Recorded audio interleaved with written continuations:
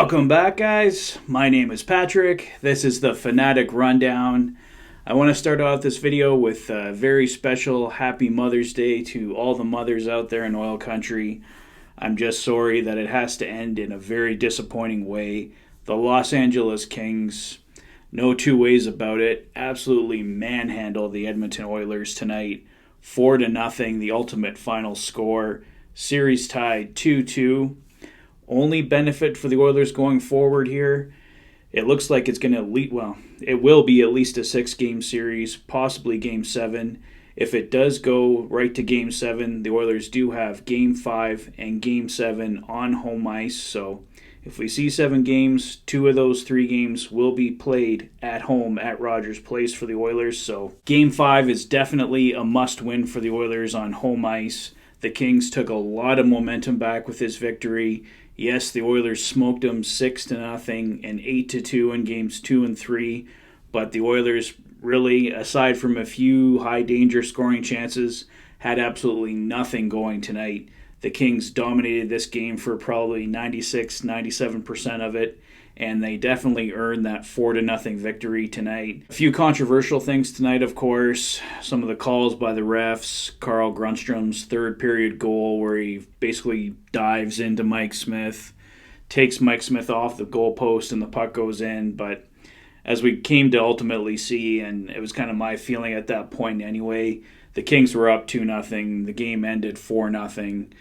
Sure, maybe the Oilers get a goal, make it 2-1. It turns into a different hockey game. But it really didn't look like it was going to go that way tonight for the Oilers. Basically, the story of tonight's game, the Kings own this one, like I said, 96-97% of the time. The Oilers did have a few high-danger scoring chances, but ultimately nothing comes out of them. Jonathan Quick, a really strong comeback performance for the Kings. The Kings had to have that game from Jonathan Quick tonight, and he did ultimately deliver. The Kings had played very well in Game 3, but their defense and their goaltending wasn't there. Tonight, the defense was there. The Oilers had 3 or 4 power plays tonight. Obviously, couldn't get anything going on any of them.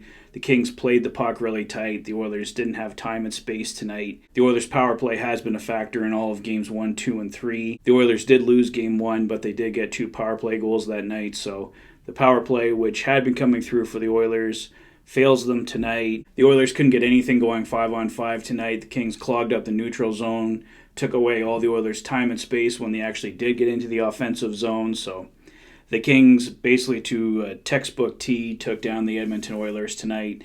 They definitely earned this win. The Oilers had the opportunity to go up 3-1 in this series, but failed to take advantage of it.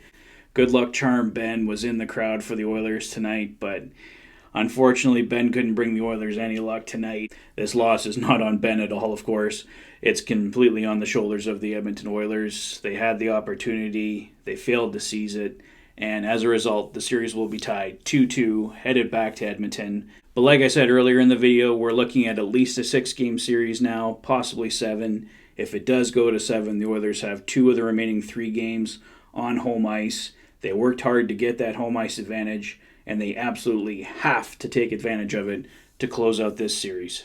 My player of the game tonight, no question here, with a huge comeback performance, LA Kings goaltender Jonathan Quick. He was excellent again tonight for the Kings and comes through in a big way. And my play of the game tonight goes to Trevor Moore and Phillip Danault, a beautiful passing play that gives the Kings a 1-0 lead tonight. The team that has scored first has won every game in this series. So obviously, as I've mentioned a few times in these videos, the first goal very key, so have to see if that continues in Game 5 back at Rogers Place.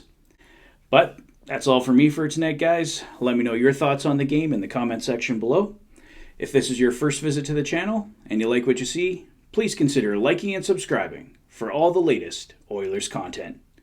You've been watching the Oilers Fanatic. Thanks for being a fan. Take care, guys, and I'll see you for Game 5 on Tuesday.